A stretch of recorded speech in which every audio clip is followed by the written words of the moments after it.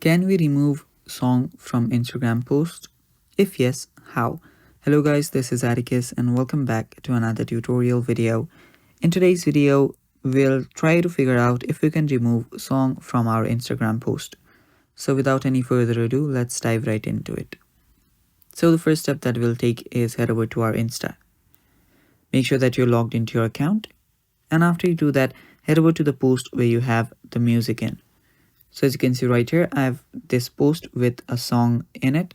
Now, if I want to remove the song, what I will normally do is head over to the three dots on the top right of the post, tap on the edit option, and after you tap on the edit option, try to edit the post and remove the song.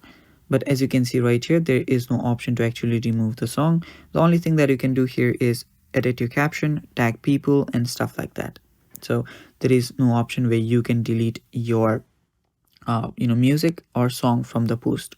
The only thing that you can do is delete the post itself. Just delete it and then create a new post with the same photo.